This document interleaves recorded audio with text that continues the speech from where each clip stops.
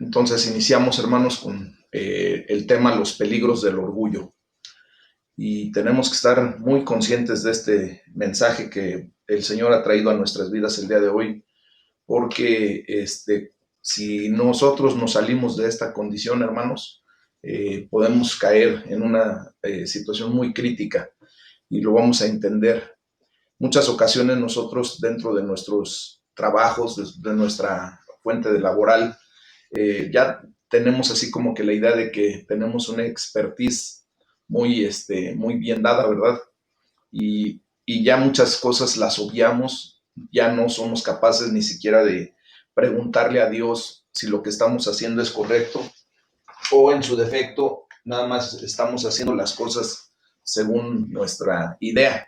Es importante que siempre estemos dependiendo de Dios, porque de esa manera el Señor es el que nos va a guiar, el que nos va a direccionar correctamente.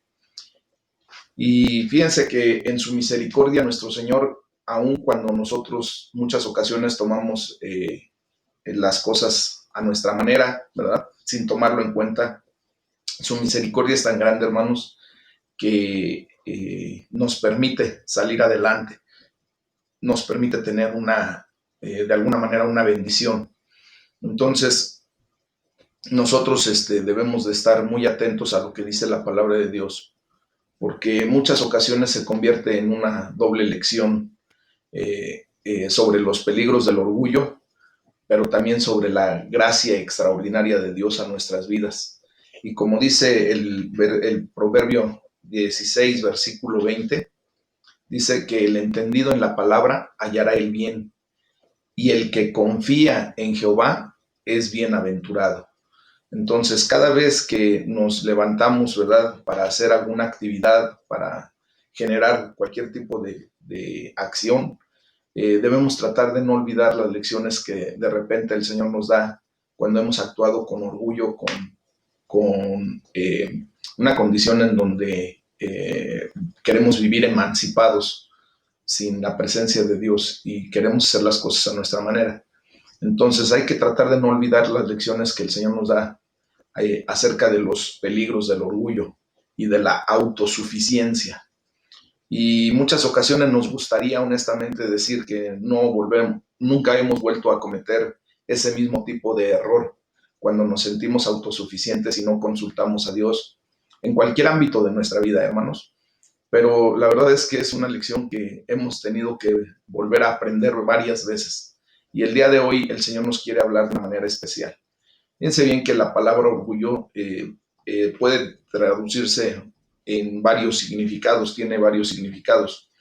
Y hasta hay veces que se le puede entender bajo un buen sentido. Por ejemplo, no diríamos que es malo que una persona se sienta orgullosa de sus hijos, ¿verdad?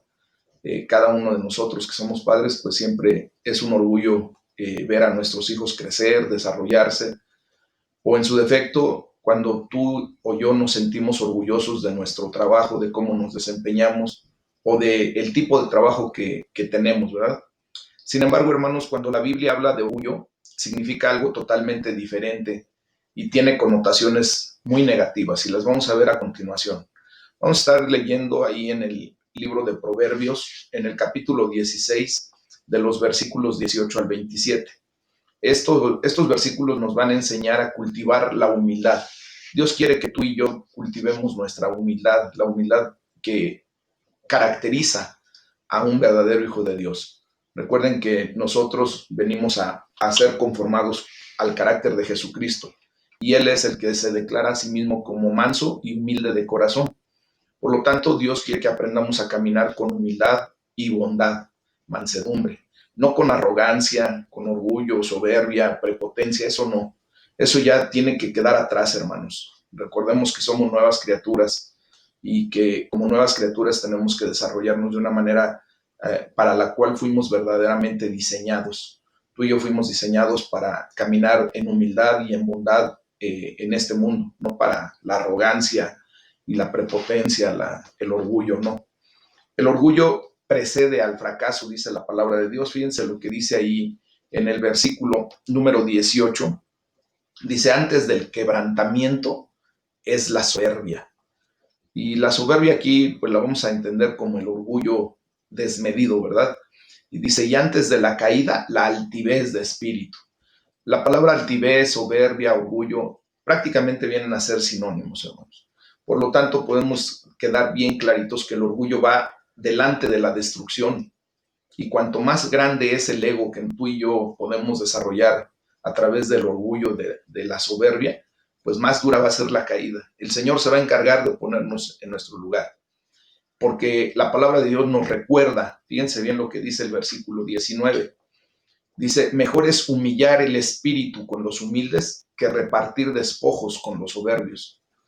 La palabra de Dios nos recuerda aquí, hermanos, que es mejor vivir humildemente, ¿verdad? Que compartir el botín con los orgullosos, con la gente vanagloriosa. Y a veces la falta de poder es muy frustrante cuando pensamos que sabemos cómo hacer avanzar mejor el reino de Dios y como que nos quedamos en una idea de que hace falta algo y quisiéramos hacer mucho, pero no tanto porque estemos bien enfocados, sino por el orgullo, por esa arrogancia que tenemos muchas ocasiones de querer hacer las cosas a nuestra manera. Sin embargo, Jesucristo tenía, por ejemplo, muy poco poder desde el punto de vista humano, quiero aclararlo, desde el punto de vista humano, recuerden que él se sujetó a la condición humana y él no podía salirse de los parámetros que un ser humano tiene, ¿verdad? Entonces, la palabra de Dios nos enseña que él era humilde entre los humildes y eso lo tenemos que ver así. Tú y yo tenemos que llegar a ese nivel de ser humildes entre los humildes, hermanos. Entonces, lo contrario al orgullo, obviamente, pues es la humildad de espíritu, como dice el versículo 19. Y esta humildad de espíritu, hermanos, quiero decirles que trae varias cosas muy especiales. Y son valores que de alguna manera nos hacen valer, pero también nos hacen resaltar, aún dentro de esa humildad de espíritu, nos hacen resaltar de entre los demás. Y es lo que el día de hoy yo quiero que nos quedemos bien claro con esto, pero no nada más que nos lo tengamos aquí en la mente, en el corazón, sino que esto lo pongamos siempre por obra, la humildad de espíritu. Esto nos va a traer como ejemplo primario la prosperidad. La humildad, hermanos, significa estar dispuesto a aprender. Fíjense lo que dice el versículo 20. Dice, el entendido en la palabra hallará el bien, y el que confía en Jehová es bienaventurado. O sea, quiero decirles que los que estamos atentos a la instrucción de nuestro Señor a través de la palabra, pues vamos a prosperar, ¿verdad? Así lo dice el versículo 20. Dice, el entendido en la palabra hallará el bien. O sea, cuando tú y yo venimos a estar atentos a la instrucción de la palabra de Dios, vamos a prosperar. Hallar el bien significa prosperidad. También nos va a traer felicidad, hermanos. Es la humilde confianza en Dios la que verdaderamente nos hace dichosos. Fíjense lo que dice la parte B en ese mismo proverbio, dice, y el que confía en Jehová es bienaventurado, altamente dichoso, ¿verdad? Entonces, esto nos trae a una condición de que nosotros, cuando humildemente confiamos en el Señor todo, en el Dios Todopoderoso, atendemos a su palabra, esta nos prospera y al confiar verdaderamente en el Señor, somos más que dichosos, verdaderamente felices al confiar en el Señor. Esto también trae sanación, hermanos, trae una condición de sanidad a nuestras vidas, no solamente a nuestros cuerpos físicos, sino también a nuestra alma, porque obviamente es allí a donde muchas veces hemos sido muy lesionados de parte de la gente que nos rodea, de nuestras mismas decisiones, de nuestras mismas actitudes. Recuerden que en el alma se manejan los sentimientos, la voluntad, los deseos, y allí es, por ejemplo, cuando nosotros en nuestros deseos, en nuestros sentimientos, cuando no se cumplen los deseos, salimos lastimados y se nos atrofia el alma. Y también cuando alguien viene en contra de nosotros, pues nos hiere nuestros sentimientos y eso también trae lastimaduras a nuestra alma. Pero entonces queremos aquí entender a través de la palabra de Dios en el versículo 27 que a diferencia de las palabras arrogantes de los orgullosos, fíjense lo que dice la palabra de Dios ahí en el versículo 27. Dice, el hombre perverso cava en busca del mal y en sus labios hay como llama de fuego, ¿verdad? Aquí son palabras de arrogancia, de orgullo. El perverso hace planes malvados, hermanos, y en sus labios hay un fuego devorador. Pero quiero decirles que nosotros, cuando venimos en humildad a reconocer nuestra necesidad delante de Dios, el Señor nos nutre a través de su palabra y Él nos da una bendición. Fíjense en el versículo 21, la parte B, dice que nosotros, ¿verdad?, obtenemos la dulzura de labios al aumentar el saber. Cuando nosotros venimos humildemente a reconocer de la necesidad que tenemos delante de Dios, Él nos da palabras agradables, ¿verdad?, que nos llenan el alma y que sobre todo ayudamos a otras personas a tener una condición diferente. Ya no son las palabras arrogantes, ya no son las palabras como las del devorador, ¿verdad? Ya no son las palabras de planes malvados o de labios mentirosos, sino que ahora son palabras agradables y nos ayudan hasta a persuadir a la gente para venir a los pies de Cristo. En el versículo número 24, hermanos, de Proverbios 16, dice la palabra de Dios que panal de miel son los dichos suaves, suavidad al alma y medicina para los huesos. Ahí es donde encontramos nosotros nuestra sanidad, ¿verdad? Dice que las palabras amables son como la miel, son dulces al alma y saludables para el cuerpo. Entonces, si nosotros aprendemos las palabras en humildad, no con la arrogancia, no con orgullo, y aprendemos a decir las cosas humildemente, aun cuando tengas mucho saber, hermano, aun cuando tú tengas un conocimiento muy vasto, no solo en la palabra de Dios, sino en cualquier área de tu vida, en cualquier tópico que puedas manejar, cualquier tema que puedas desarrollar, siempre que vienes a expresarte de una manera humilde, ¿verdad?, benévola, va a ser como una miel para quien escucha, pero también para tu alma. Porque obviamente en nuestra palabra, en nuestra boca tenemos el poder de la bendición y la maldición, de la muerte y de la vida. Entonces aquí le podemos decir al Señor, Señor, ayúdanos a permanecer siempre dependiendo de ti y a confiar siempre, siempre, siempre en ti. Ayúdanos a tener palabras dulces, palabras que vengan a ser como miel y que vengan a ser un bálsamo para el alma de quien la escucha y de nosotros mismos, Padre. En el nombre de Jesús nosotros así te lo pedimos. Y esto nos lleva a también entender que cuando nosotros aprendemos la humildad que viene de parte de Dios, esa humildad genuina, un espíritu humilde, sirve para servir y para testificar. O sea, cuando nosotros venimos a esa condición, hermanos, quiero decirles que el Señor nos utiliza grandemente y verdaderamente servimos y también testificamos el poder de Dios, porque en la arrogancia, en el orgullo, en la soberbia, pues nunca reconoceremos que es el favor de Dios el que nos lleva a tener éxito. Es la gracia de nuestro Señor Jesucristo la que nos permite estar bien delante de la gente, expresarnos de una manera correcta y salir adelante de una manera bendecida.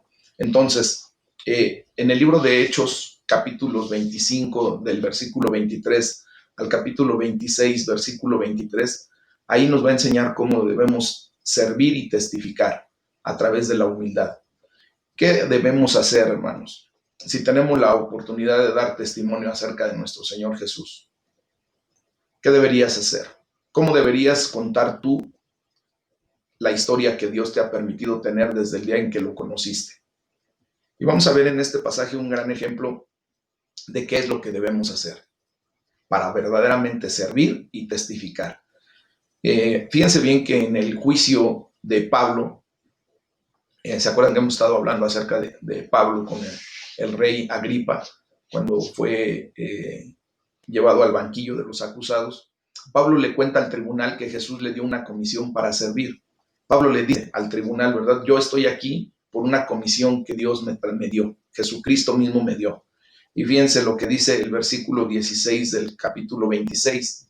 Dice, pero levántate, eso es lo que le está diciendo el Espíritu a Pablo en ese momento, cuando después de que fue, eh, eh, cuando Dios le salió al encuentro ahí en el camino a Damasco. Dice, pero levántate y ponte sobre tus pies, porque para esto he aparecido a ti, para ponerte por ministro y testigo de las cosas que has visto y de aquellas en que me apareceré a ti. Quiero decirte, hermano, que desde el día en que nuestro Señor Jesucristo te salió al encuentro y tuvo misericordia de ti y veniste a los pies de Cristo reconociendo humildemente que le necesitabas como Señor y Salvador y lo declaraste así para tu vida, quiero decirte que el Señor justamente se apareció a ti con el fin de designarte como un siervo y como un testigo de Dios. Y esa es la bendición que ahora tenemos. Y tú y yo tenemos que llevar esa gran comisión a cabo, a efecto. Y así como Jesús, como dice Marcos 10:45, que el Hijo del Hombre no vino para ser servido, sino para servir y para dar su vida en rescate por muchos, todos, tú y yo, somos llamados a ser siervos y testigos de nuestro Señor. Y un testigo, cuando va a testificar de alguien, hermanos, apunta humildemente más allá de sí mismo. O sea, cuando es llamado a dar testimonio, no va y dice, es que yo, y es que yo hice, yo acá. No, da testimonio de lo que hizo la persona por la que está testificando, por la que está dando testimonio, ¿verdad? Entonces, Pablo, por ejemplo, humildemente señala a Jesucristo, ¿verdad? Y aquí vemos cómo cumple este llamado de ser testigo. Tú y yo tenemos que aprender de Pablo lo mismo, que cuando nosotros demos testimonio, no sea nuestra condición la que se exalte, sino que se exalte el nombre de Jesucristo, que se exalte verdaderamente el Rey de Reyes. Por ejemplo, Pablo en prisión, cuando estuvo en la cárcel y fue sometido a juicio, ¿verdad? Se encuentra cara a cara con el orgullo y la gran realeza cuando lo llevan ante el rey Agripa y su esposa Berenice. Eso lo vemos ahí en Hechos 25, versículo 23, dice, al otro día viniendo Agripa y Berenice con mucha pompa, con una gran realeza, así como muy oriundos, ¿verdad? Y entrando en la audiencia con los tribunos y principales hombres de la ciudad, por mandato de Festo, fue traído Pablo. Entonces, aquí honestamente, Pablo tuvo una experiencia muy desagradable, muy desalentadora, hermanos, porque cuando uno ya aprende de la humildad, difícilmente compagina con la pompa, la realeza, con el señorío de la gente orgullosa y vanagloriosa. Como que ya no empata, ya no puede estar a gusto una persona así. Pero Pablo una vez más da su testimonio de una manera simple y humilde. Y tú y yo tenemos que hacerlo de la misma manera, hermanos. Él es educado y respetuoso con el rey Agripa. Fíjense cómo le habla al rey Agripa en el versículo 2 y 3 de Hechos 26. Dice, me tengo por dichoso, oh rey Agripa, de que haya de defenderme hoy delante de ti de todas las cosas de que soy acusado por los judíos, mayormente porque tú conoces todas las costumbres y cuestiones que hay entre los judíos, por lo cual te ruego que me oigas con paciencia. Aquí empieza una enseñanza muy fuerte de parte de Pablo para nosotros, porque él empieza un discurso adaptándose a las costumbres y a las convenciones sociales. Y elige hábilmente las partes de su historia que vamos a ver a continuación, que son relevantes para su audiencia, para quienes le está escuchando. Por lo tanto, cuando nosotros vayamos a presentar el Evangelio de Jesucristo a alguna persona, hermanos, tenemos que aprender a observar cómo es, cómo se comporta, qué escolaridad tiene, qué status quo presenta, para que de esa manera nosotros, en humildad y con habilidad, ¿verdad?, nos adaptemos a la condición que presenta esa persona y no lleguemos a darle bibliazos y lleguemos a exigirle que se comporte como tú y yo deberíamos de comportarnos o como tú y yo nos comportamos, ¿verdad?, como hijos de Dios. Pero así es como nosotros permitimos que el Evangelio de Jesucristo, ¿verdad?, pueda ser escuchado, porque primero tenemos que permitir que la gente se enamore de Dios, que la gente sepa quién verdaderamente es Dios, que le ama, que le perdona sus pecados, que le lleva a la reconciliación. Pero si llegamos, ¿verdad?, con nuestro argumento, con nuestra forma de ser y de pensar, sin adaptarnos a la costumbre, a la condición de esa persona, lo único que vamos a hacer es que nos rechace. Porque llegamos con orgullo, con arrogancia, con nuestro ego, con nuestro yo, pensando en que nuestras fuerzas van a alcanzar para convertir a una persona. Recordemos que esa persona nos va a decir, ¿sabes qué? De eso no quiero. ¿Por qué? Porque nosotros tenemos que verdaderamente ya tener bien claro que el único que puede convencer de pecado, de juicio y de justicia a una persona es el Espíritu Santo de Dios. Y nosotros tenemos que primeramente llevar a esa persona a que se interese por el Espíritu Santo, por Dios mismo, que quiera conocer al Dios que le ama, al Dios que le ha rescatado, si es que así lo decide, que ha ofrecido lo mejor de él para su beneficio. Y entonces allí, ¿verdad?, empezamos a ver la realidad de a lo que somos llamados. En la primera parte de su testimonio, hermanos, Pablo usa un mensaje en primera persona, refiriéndose a él mismo, a yo, apuntando a sí mismo en contraposición a mensajes en segunda persona como a usted o a ustedes. No sé si ustedes se han dado cuenta que normalmente cuando yo predico, me pongo, a lo mejor equivocadamente, pero yo lo he entendido desde el principio que empecé a predicar, que es primero yo, ¿verdad? Y luego les digo, yo he tenido esta condición así y así. ¿Por qué? Porque cuando la audiencia escucha es que ustedes y un señalamiento y una condición de esa naturaleza, desgraciadamente, siempre va a poner una barrera. Va a decir, oye, espérate, pero si tú, ¿de qué color son tus tenis, no? ¿De cómo andas tú? Sí, para poder señalarme a mí. Entonces, mientras que los mensajes hacia la otra persona, hacia señalar hacia ti, hacia ustedes, hacia tú, pueden parecer arrogantes y condescendientes, hermanos. Los mensajes son a veces más efectivos, además de ser una forma menos amenazadora y más bondadosa de exponer algo. Pablo comenta que solía ser como ellos, ¿verdad? Fíjense bien lo que dice ahí en el libro de Hechos, capítulo 26, versículos 9 y 10. Dice, yo ciertamente había creído mi deber hacer muchas cosas contra el nombre de Jesús de Nazaret, lo cual también hice en Jerusalén. Yo encerré en cárceles a muchos de los santos, habiendo recibido poderes de los principales sacerdotes, y cuando los mataron, yo di mi voto. No está diciendo, y todos dimos el voto, o ustedes dieron el voto para que mataran por ejemplo, a Esteban, ¿se acuerdan? Entonces, él está asumiendo su responsabilidad y les está dando la oportunidad a aquellas personas que le están escuchando de ver que él, ¿verdad?, así necesitaba también de Jesucristo, porque él había cometido pecados, porque él había errado y había fallado. Entonces, el mensaje implícito aquí, hermanos, es, yo era como usted, Rey Agripa, ¿verdad?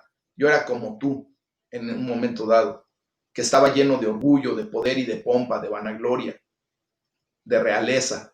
Dice, hice lo que usted está haciendo ahora, acusando injustamente a alguien. Dice, perseguí a los cristianos como usted ahora me persigue. Entonces, fíjense que son ese tipo de posiciones muy específicas. Dejó su arrogancia, dejó su orgullo a un lado, lo quitó de sí y actuó en humildad, reconociendo que él primeramente había pecado. ¿Ok? Luego les cuenta cómo Jesús se le apareció y le señaló que al perseguir a los cristianos, en realidad estaba persiguiendo a Jesús. Ahí en el versículo 15 dice, yo entonces dije, ¿quién eres, Señor? Y el Señor dijo, yo soy Jesús, a quien tú persigues. Jesús le dijo, después de esto, en el versículo 17 y 18, librándote de tu pueblo y de los gentiles a quienes ahora te envío. O sea, Jesucristo, después de que le abrió los ojos, ¿verdad? Dice, para que abra sus ojos también a otros, para que se conviertan de las tinieblas a luz y de la potestad de Satanás a Dios, para que reciban por la fe que es en mí perdón de pecados y herencia entre los santificados. ¿Se dan cuenta, hermanos, que a través de este poderoso mensaje en primera persona, o sea, asumiendo su testimonio, ¿verdad? Pablo les está diciendo en realidad que viven en tinieblas sin la necesidad de señalarlo directamente. Les está diciendo, a mí me lo dijo el Señor, pero hoy lo Juana para que lo entienda Chana, ¿verdad?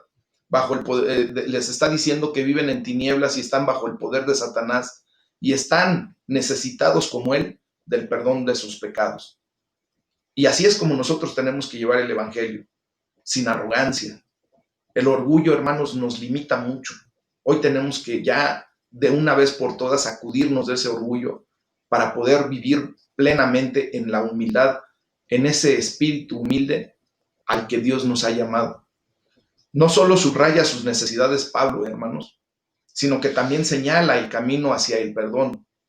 En el versículo 20 dice, fíjense lo que dice ahí, dice, sino que anuncié primeramente a los que están en Damasco, Jerusalén, y por toda la tierra de Judea y a los gentiles, que se arrepintiesen y se convirtiesen a Dios, haciendo obras dignas de arrepentimiento. Teshuvá, ¿verdad?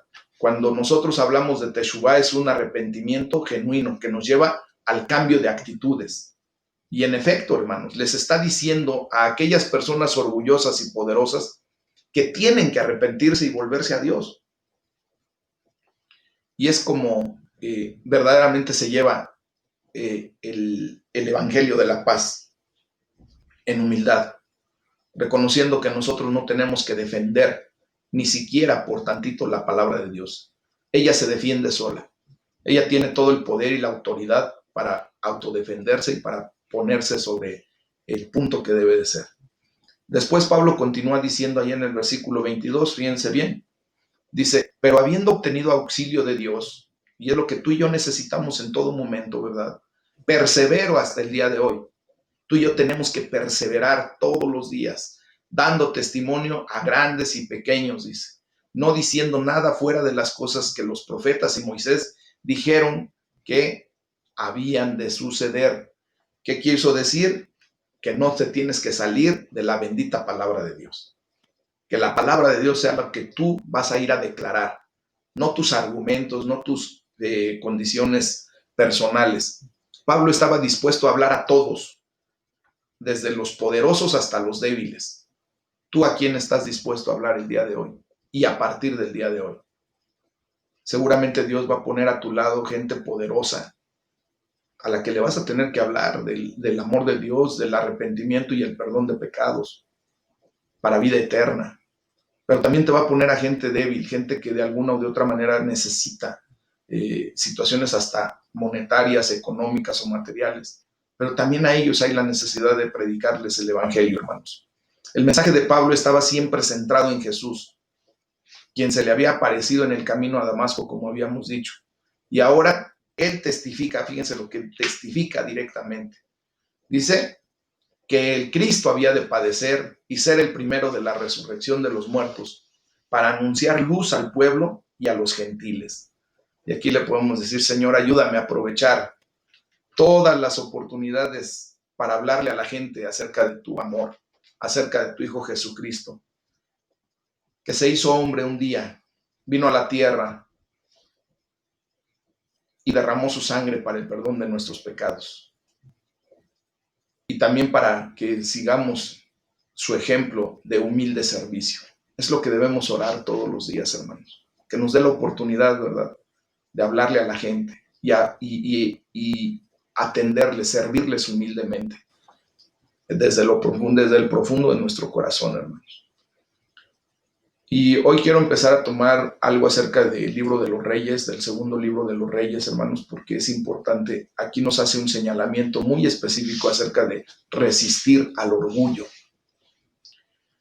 Si, por ejemplo, tienes a alguien trabajando para ti, o eres padre, o si estás en cualquier posición de liderar, ya sea hasta como voluntario en la iglesia o en tu centro de trabajo, o la gente que te rodea de repente te da una especie como de autoridad para que tú les puedas decir algo, estás en ese punto en una posición de poder, en automático.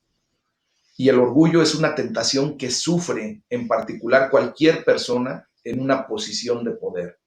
Ya sea que el poder provenga del estatus, del éxito, de la fama, de la riqueza, de la fortaleza física. Muchas veces, ¿verdad? El poder nosotros lo desarrollamos a través de la fuerza. Así nos enseñaron durante mucho tiempo. Y fíjense bien que en este libro, del segundo libro de los Reyes, la historia de los reyes de Israel y de Judá demuestra que es extremadamente difícil hacerse poderoso y resistir la tentación del orgullo. O sea, como que se contraponen, ¿verdad? Más bien como que se quieren ir ahí a unas. Al momento de hacerse poderoso, la gente empieza a vanagloriarse, a presentar un orgullo desmedido, una soberbia. Fíjense que durante ese periodo de los reyes de Judá están mejor que los reyes de Israel, en este pasaje que vamos a estudiar. En Israel, tras rey, así, rey tras rey, hizo lo que ofende al Señor. Vamos a ver lo que dice el versículo 24 del segundo libro de los Reyes, capítulo 14. Dice, e hizo lo malo ante los ojos de Jehová. Vamos a ver el siguiente versículo, que es el segundo libro de Reyes 15, 18. Dice, e hizo lo malo ante los ojos de Jehová. Otra vez. Y era otro rey. E hizo lo malo ante los ojos de Jehová. Imagínense cuando la palabra de Dios registra constantemente esta condición. E hizo lo malo ante los ojos de Jehová en el versículo 28. Mientras que en Judá, hermanos, Azarías y su hijo Jotán, fíjense qué hicieron. ¿Qué creen? No lo malo. Aquí habla de algo que se hizo recto ante los ojos de Jehová. Fíjense que también en el versículo 34 vuelve a repetir que Usías, ¿verdad? Era conocido, bueno, más bien Azarías era también conocido como Usías. Dice, y él hizo lo recto ante los ojos de Jehová. Hermanos, cuando dos veces la palabra de Dios puede dar testimonio de que alguien hace lo recto delante de los ojos de nuestro Señor, es algo loable, ¿verdad? Entonces, conocemos algo más sobre Usías o Azarías por otras partes del Antiguo Testamento. Por ejemplo, vamos al libro de Amós, capítulo 1, versículo 1, y dice las palabras de Amós, que fue uno de los pastores de Tecoa, que profetizó acerca de Israel en días de Usías, rey de Judá, y en días de Jeroboam, hijo de Joás, rey de Israel, 2 años antes del terremoto. Ahí está Usías siendo tratado. Dice, en Isaías 6, en el año en que murió el rey Usías, vi yo al Señor sentado sobre un trono alto y sublime, y sus faldas llenaban el templo. O sea que Dios había quedado complacido con lo que había hecho Usías. En el segundo libro de las Crónicas, capítulo 26, versículos del 16 al 23, fíjense lo que dice. Mas cuando ya era fuerte, su corazón se enalteció, y ahí está lo crítico, para su ruina. Cuando ya era fuerte, cuando Dios le había dado bendición, ¿verdad? Dice, su corazón se enalteció, se volvió orgulloso para su ruina, porque se rebeló contra Jehová su Dios, entrando en el templo de Jehová para quemar incienso en el altar del incienso. Y entró tras él el sacerdote Azarías, y con él 80 sacerdotes de Jehová, varones valientes. Y se pusieron contra el rey Usías y le dijeron, no te corresponde a ti, oh Usías, el quemar incienso a Jehová, sino a los sacerdotes hijos de Aarón, que son consagrados para quemarlo. Sal del santuario porque has prevaricado, o sea, has pecado. Dice, y no te será para gloria delante de Jehová tu Dios. Después de que él había hecho lo bueno, lo correcto delante de Dios, fíjense cómo queda. Entonces Usías, teniendo en la mano un incenciario para ofrecer incienso, se llenó de ira. Otra vez la arrogancia, la soberbia, ¿verdad? Dice, y en su ira contra los sacerdotes, la lepra le brotó en la frente, delante de los sacerdotes en la casa de Jehová, junto al altar del incienso. Dice, y le miró el sumo sacerdote Azarías y todos los sacerdotes, y aquí la lepra estaba en su frente, y le hicieron salir apresuradamente de aquel lugar, y él también se dio prisa a salir, porque Jehová lo había herido. Así el rey Usías fue leproso hasta el día de su muerte, y habitó leproso en una casa apartada, por lo cual fue excluido, o sea, fue humillado por parte de Dios, ¿verdad? De la casa de Jehová. Y Jotam, su hijo, tuvo cargo de la casa real, gobernando al pueblo de la tierra. Versículo 22 dice, los demás hechos de Usías, primeros y postreros, fueron escritos por el profeta Isaías, hijo de Amós. Y durmió Uzías con sus padres y lo sepultaron con sus padres en el campo de los sepulcros reales, porque dijeron, leproso es, y reinó Jotam su hijo en lugar suyo. Aquí leemos que aunque hizo lo que agrada al Señor, ¿verdad? Como lo vimos en el libro de los Reyes, pero no quitaron los altares paganos, hermanos. El Señor castigó, fíjense lo que dice ahí en el versículo 3 de Segunda de Reyes 15, e hizo lo recto ante los ojos de Jehová, conforme a todas las cosas que su padre Amasías había hecho. Y con todo eso, los lugares altos no se quitaron, porque el pueblo sacrificaba aún y quemaba incienso en los lugares altos. Dice, mas Jehová hirió al rey con lepra, y estuvo leproso hasta el día de su muerte, y habitó en casa separada. Y Jotam, hijo del rey, tenía el cargo del palacio, gobernando al pueblo. ¿Por qué su vida terminó en un caos tan grande, hermanos? Simplemente porque da la sensacional casualidad de que se enorgulleció del poder que Dios le había dado. El libro de Crónicas nos da la respuesta. Y vamos a ver lo que dice el libro de Crónicas, qué fue lo que verdaderamente pasó.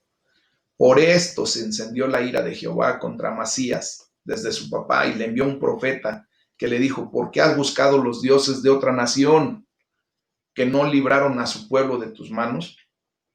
¿Cuántas veces nos han dicho que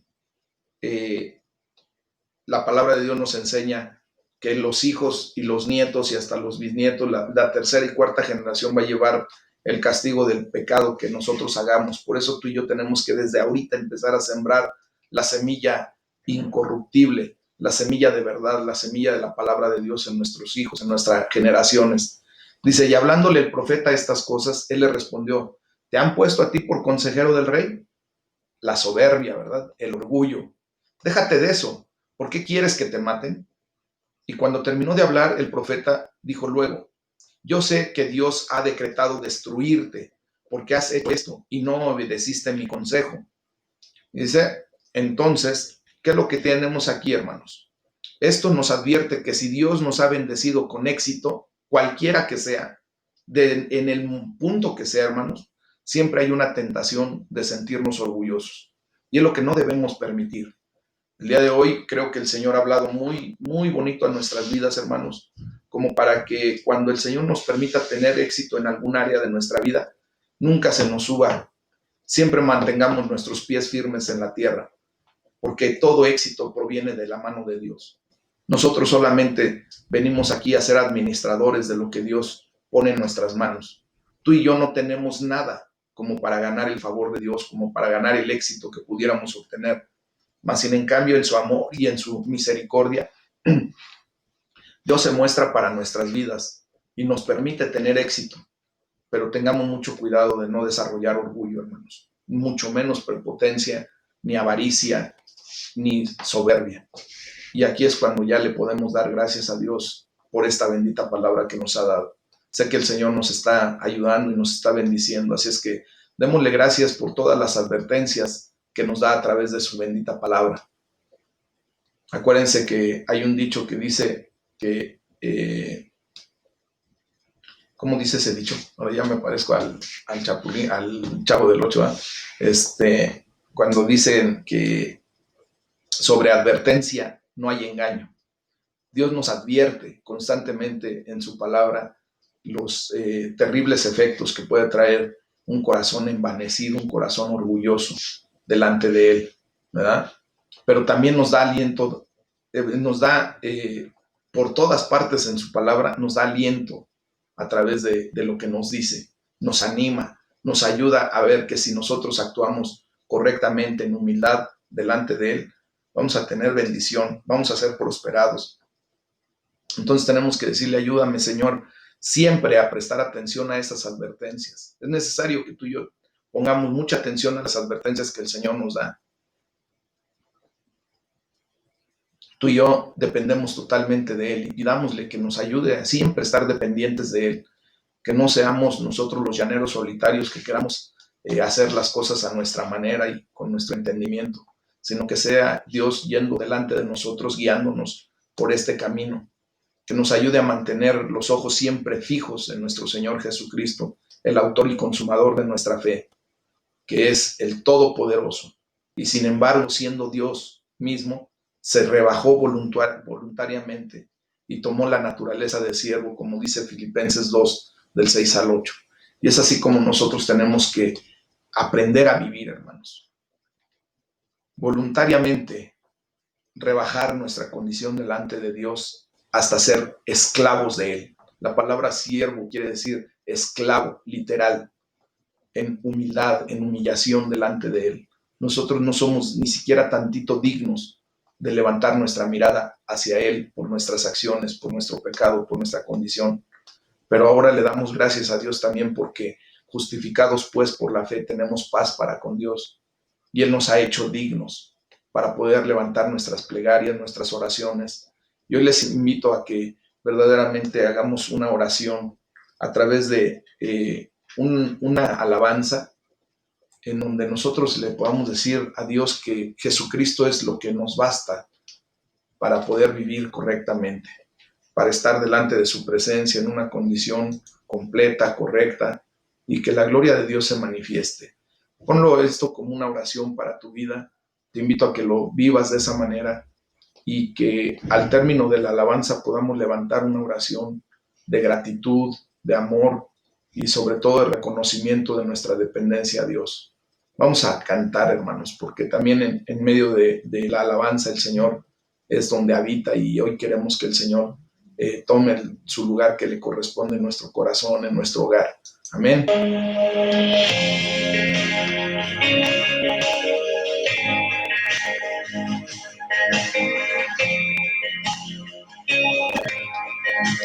Vamos a decírselo. Corazón,